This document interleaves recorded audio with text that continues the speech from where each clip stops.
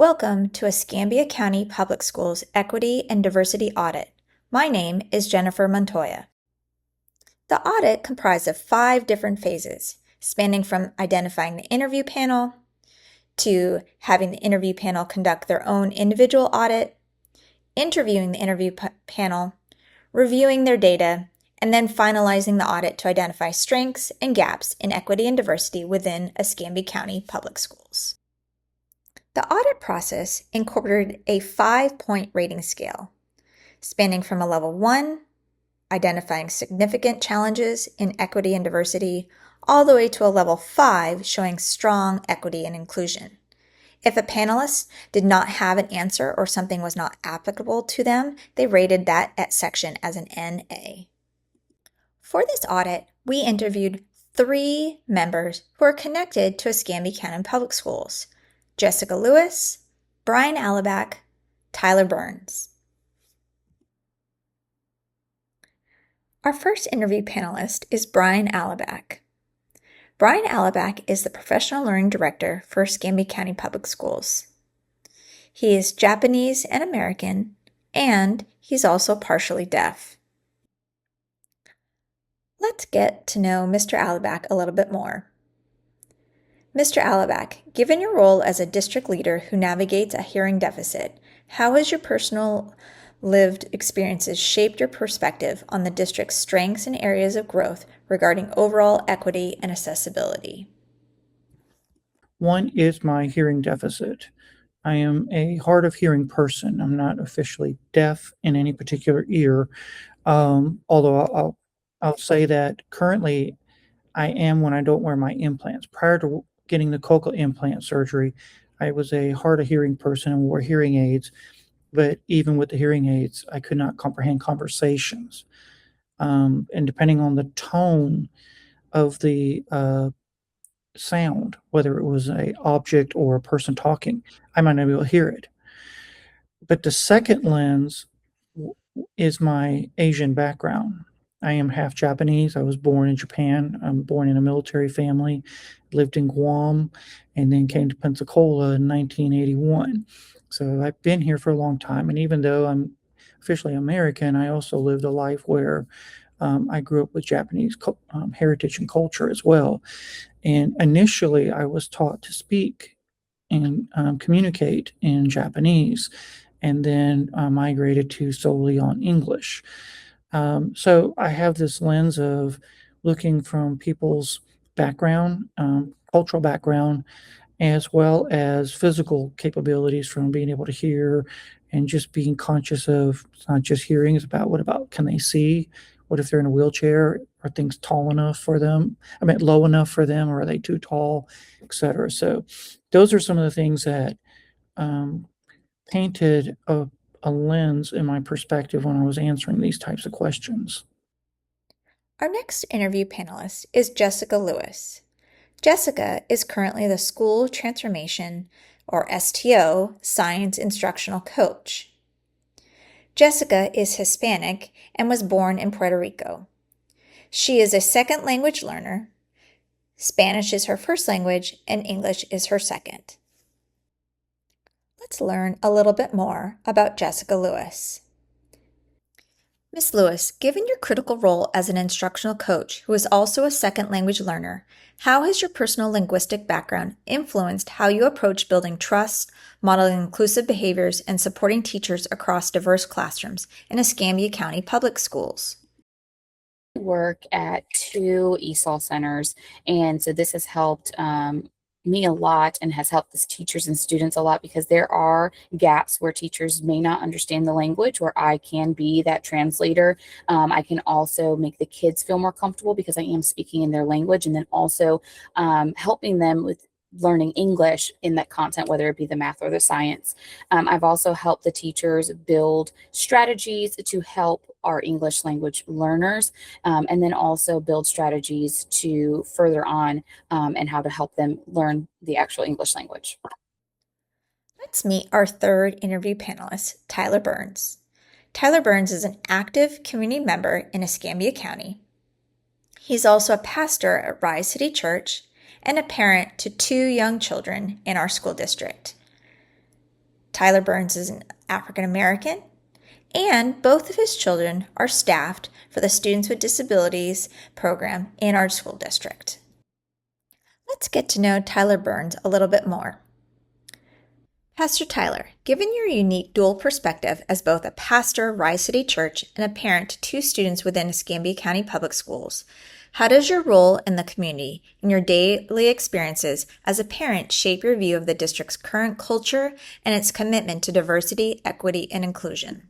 I think I would start by saying that for some people, maybe they would see my role as a pastor as something that would kind of be the opposite, that they would kind of diminish diversity, equity, inclusion. I think they're crucially important because my faith informs me to love my neighbor. And so I have to know specifically what does it look like to love all of my neighbors and to care for all of my neighbors. In our particular case as parents, we have two children that were classified as developmentally delayed and we're part of ESE. And so as a result, there is a natural leaning towards diverse learning styles and processing, and also having abundant resources and adequate resources to be able to staff. And then because my children are Black and are African American, depending on your vernacular, they will face things that maybe other children will not have to face or not have to consider. So all those reasons influence my perspective on how the district is doing, but more importantly, the passion to make sure that the district is doing something. They may not do everything I would want them to do, but I do believe they should be doing something. And in my opinion, a little bit more, even than what they're doing from my perception. Now that we've gotten to know our interview panelists, let's begin to dig into the data from the audit. The first section is around representation and access. In order to evaluate the data, it's important to understand the demographics of Escambia County. On the screen, you can see the breakdown of the demographics of people that reside in Escambia County. Once each section was rated by each individual panelist and myself, the data was compiled together to give an overall rating. For Section 1, you can see that this section received a 2.75. You can also identify that there are some discrepancies based on the perspective of the interview panelist and or myself, with the gap in representation being the greatest difference. Upon reviewing the data and the interviews from our panelists in Section 1, we can see that leadership is somewhat representative of the community's ethnic and racial makeup. However, Hispanic and individuals with disabilities are vastly underrepresented. Gaps in representation are also not adequately addressed in recruitment and hiring practices. We can see this discrepancy when we review the breakdown of each of the categories of leadership. Our school board, executive staff, and curriculum instruction directors are our highest level members of our district. And as you can see, predominantly all staff members that are at the executive level are white, with very few Hispanic or African American, and almost zero with disabilities. When we move to reviewing our leadership at our school level, we see that in the elementary, 65% are white female. In middle school, 58% are white female. And in high school, 45% are white females and 30% are white males. Again, we see the discrepancy between Hispanic and people with disabilities. Moving into Section 2, Policies and Practices, hiring and promotion transparency, equity, accommodations, and policies were reviewed. The overall score for this section was 3.27, with Mr. Burns selecting NA because this section did not apply to him. Within this section, you can see some differences between panelists' viewpoints and perspectives based on the category being evaluated. Based on the input of the panelist and also my own audit process, we can see that the district is governed by federal, state, and local school board policies regarding equity and compliance. However, those policies are often regulated and restricted by the state, which in turn is the reason for some of the ratings for this section. To gain a deeper understanding around this section, let's hear from Jessica Lewis. Ms. Lewis, while you describe the interview process itself as straightforward, your audit notes that the promotion portion can fall into a gray area. For a second language learner seeking professional advancement into specialized coaching or administrative roles, what unique systematic or linguistic challenges might contribute to this gray area? And how can it become more transparent? The concern is the language barrier itself, or just the accents. We've seen a lot of teachers who feel kind of embarrassed that they have an accent. Luckily, I don't have an accent anymore, but that is something that kind of is not embarrassing, but it kind of holds them back a little bit. And then also just being able to express all the things that they actually do know and have learned. And so I think as a district, it is important to kind of see what their strengths are and to see what the teachers are qualified in, and actually see examples of those strengths, and not just be a straightforward interview. It should be something that's more example based, so that we can actually see that they can create lesson plans, that they can teach higher order questions and whatnot, and to see where they fit best in, whether it be an ESOL Center school or in our Gen Pop schools. Section 3 of our audit discussed culture and inclusion and had an overall rating of 2.8, which was one of the lowest of their overall audit. You can see that people feeling comfortable speaking up had the lowest rating. It is also identifiable that in this section there are some discrepancies, again based on the panelist viewpoints and perspective. Based on the data gathered in the interviews from the interview panelists, we can see that there is a lack of space and time for the community to meet with the district beyond regulated school advisory councils and digital paper-based surveys. Much of the time and space allocated is based on who is available during work hours and can travel to the district site. This creates a disconnect between the district and many underrepresented populations in the community. Let's take a deeper dive into this section by hearing from Mr. Tyler Burns. Pastor Tyler, there's a notable contrast in your audit. While you rated day-to-day communications and meetings as generally inclusive, you scored parents and community member comfort speaking up about issues much lower. Why do you think this disconnect exists, and what prevents parents or community members from openly sharing their concerns with administration? So I think a part of this is perception. So we don't know what happened or the details of what happened, but perception for parents, or perception of me as a parent, is when there was a very abrupt transition in our superintendent. I don't really know why that happened, right? Like, I don't really know, like, oh, this is like so I'm not making assumptions or what have you. It was just abrupt. And I think there were some shifts and changes even in representation at the same time, transitions in representation, whether it's Black women or Black educators or what have you. So I think perception wise, you're like, is this idea even welcomed? I will say that we did have a situation at Navy Point which is again, a lot of Black teachers, a lot of Black educators. We did have a situation with one of our children's teachers where it was contentious with me and them. And I think a lot of that was some of the language that was used was perception language, which kind of was shocking. So I felt like we had done a pretty good job of being on good terms with the school, being great with the school, being on the student advisory council, like trying to encourage and get involved as best as we can.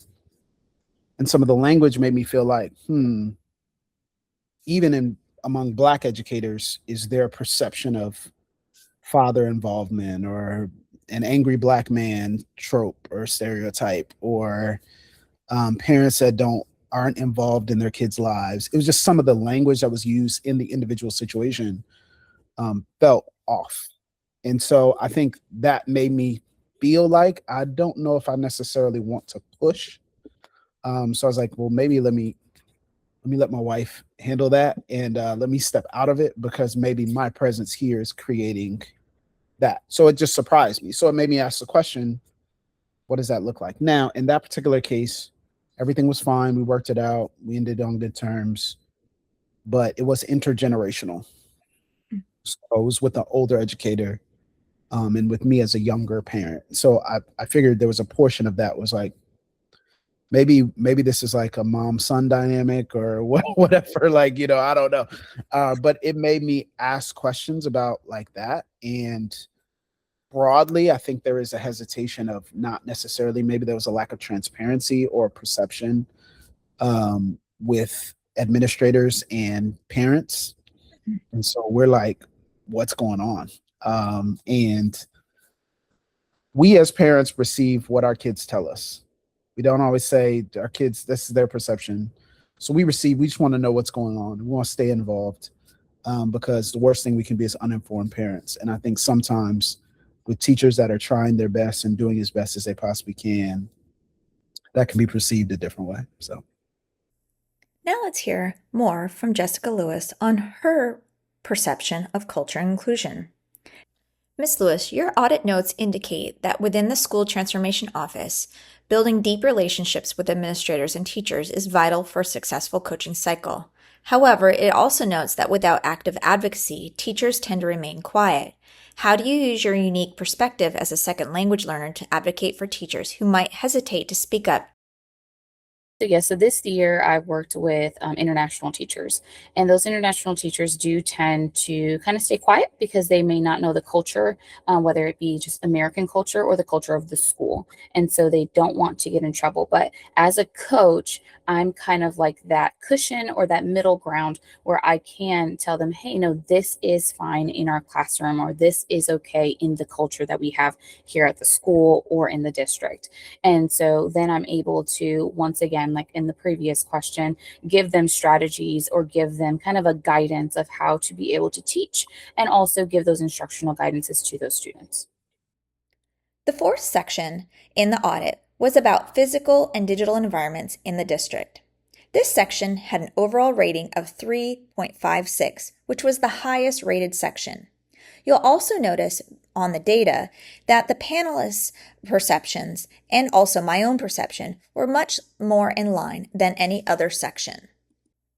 After reviewing the data from this section and also listening to the interview panelists, it was apparent that the belief system of our interview panelists and also myself is that the district does create an inclusive physical and digital environment addressing physical barriers. However, that same systematic approach does not appear to be applied across all areas addressing equity and diversity. Let's listen to Pastor Tyler and Mr. Alabak share their own perceptions about this section. Pastor Tyler, on a positive note, you scored the district well for having welcoming cultural norms and addressing environmental barriers. How can ECPS leverage this welcoming physical and social atmosphere to bridge the gaps in areas where equity is still lacking, such as leadership representation and proactive family engagement? I think greater education is important. I think greater DEI education is important. I don't know how that works itself out for us. We're not into the, man, this person banned DEI, so you can't do that. I'm just saying, just honestly, what I think would be helpful is I think all teachers, all administrators need even further understanding of what this looks like. But I think there needs to be, from a school board perspective, whether that's school board, council, or higher administrators, some shared language about what this actually is. What are we actually doing? I think it gets frustrating whenever there's language around defunding Department of Education or defunding state education, or whenever there's any sort of defunding language, that raises lots of alarms for us as parents, because we're asking the question, well, does the school district prioritize equity? Does it prioritize the care of the student? Does it prioritize the care of students that are not in the majority or have a different life experience? I also think about what was shocking for us to find was, a few dozen homeless students that were actually at school, which you would never think of and never perceive and think was impossible. But we think about what does equity and access look like for kids in those situations. I think shared language is so important, and you can't promote equity if everyone isn't on the same page that equity is an issue. So if everybody's not on the same page, we're not going to be able to make strides. And so I'm generally concerned that there's so much political conversation around equity that just ignores its presence and ignores its issue. That now we're not actually able to see the strides that we need to um, in those ways. So I would say greater education for our teachers, administrators, school board, shared language that doesn't dip into some of the political nonsense that we have embraced. And I'm sorry, I'm speaking very freely, but I just don't want it to. I just please, like, I it's about appreciate it. yeah, it's about the kids. Like, let's make it about the kids. Let's not make it about brownie points with the governor, the president, or whoever. Like, let's just make it about the kids, please.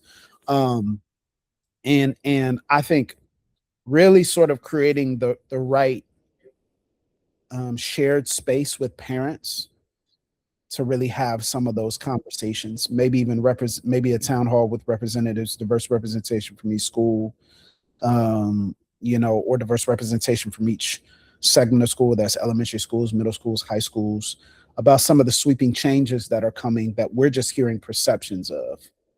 So we're hearing perceptions of the combining of middle school and high school.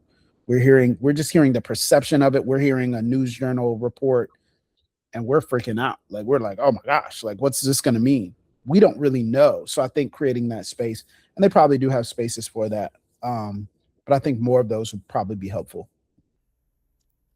Mr. Alaback, you rated the district a 3 for addressing environmental barriers, noting that the district lacks a systematic approach to identifying and resolving barriers efficiently. What would a truly proactive systematic barrier identification model look like to you, especially concerning the physical and digital environments for deaf or hard of hearing staff and students?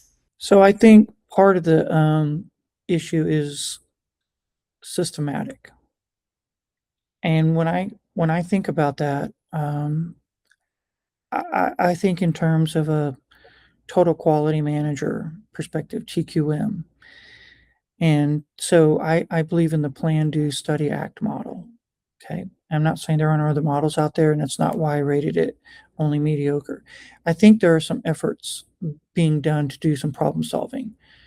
But when the mass doesn't even know that these are topics that are being discussed and that there are focus groups or problem solving tables where these discussions are being done and what stakeholders are being present for these conversations to be involved in part of the solutions, I don't think we have a systematic approach. I think if you were to ask people, how do we resolve problems in our district? You wouldn't get a consistent answer. So then it's not systematic. I think if you were to say, what are the top leading problems that the district has identified that you know of?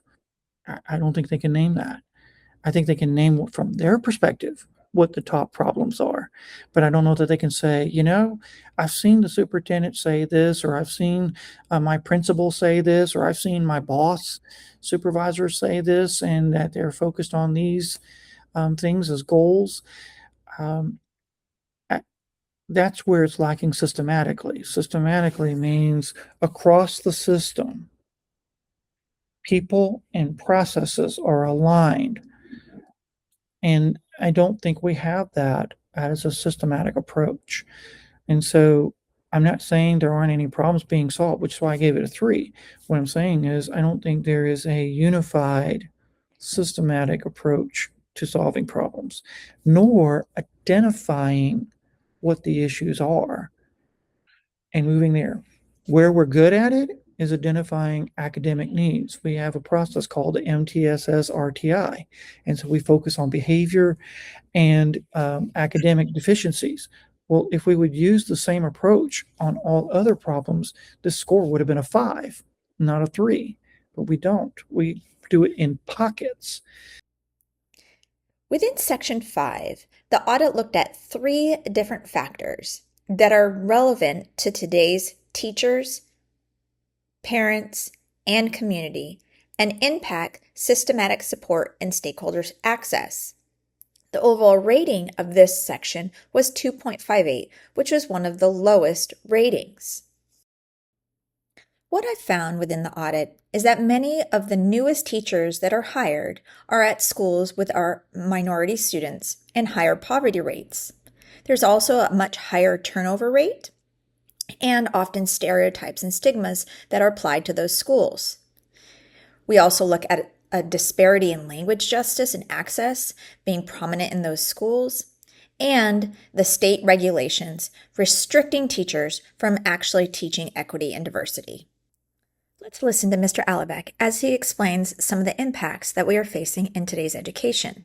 Mr. Alabeck, in your rating of Section 5, you stated that state policies and laws have created a climate of fear, holding people back from actively pursuing conversations and actions regarding equity and diversity. As a district leader, how do you successfully put equity initiatives while navigating complex external political pressures? So let me be very clear about what those political barriers are. There are laws in the state of Florida that literally say you cannot discuss and acknowledge um, anything beyond the two genders at birth, male, female. Any variation that may be out there of someone declaring an identity or gender of any nature is prohibited. And you can even lose your license for doing that. We have laws restricting instructional material content regarding these particular topics that I just said. And again, the consequence of doing so can cost you your professional license. The barriers make it difficult to have open conversation when you're not even allowed to say these things. It's not because educators don't want to be inclusive in their conversation. It's they're restricted from being inclusive.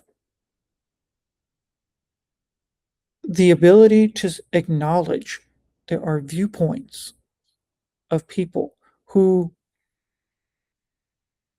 identify more than the two genders.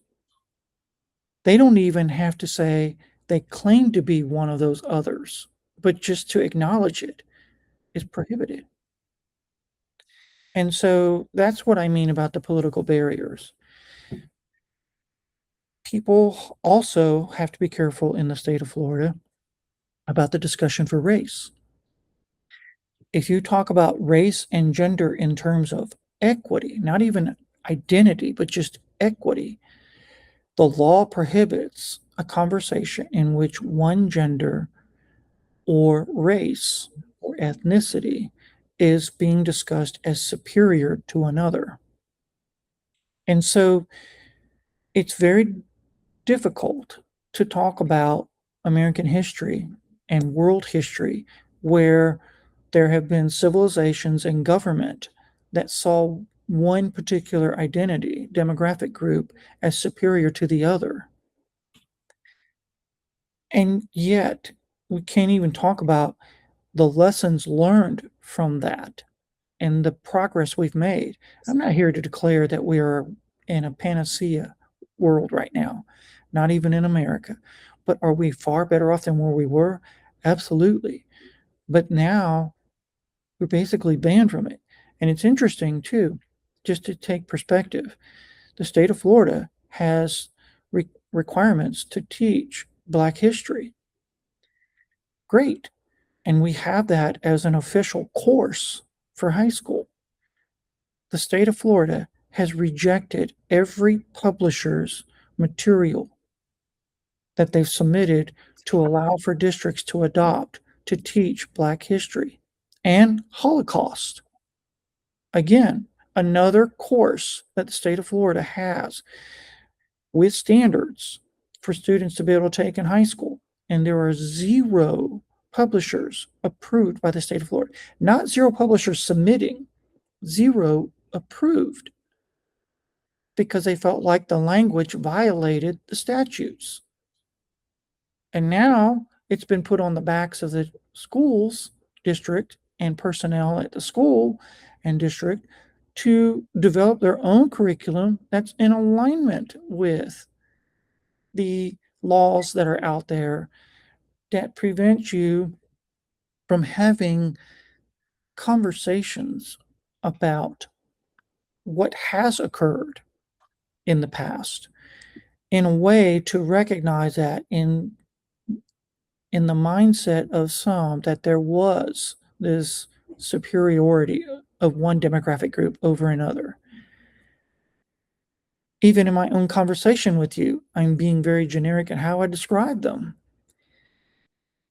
because I'm not here to make a political statement. I'm here just to give you a rationale of why the score was made the way I did, and the statement that I made about it's very difficult under the political culture.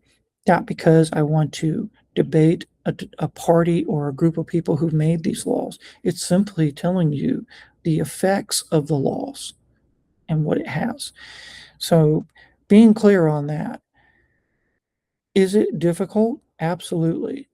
But it doesn't say you're not to teach it. It just means we have to learn how to balance that. But it's very difficult when you can't get any materials approved by the state from any sources to provide the kind of training you need.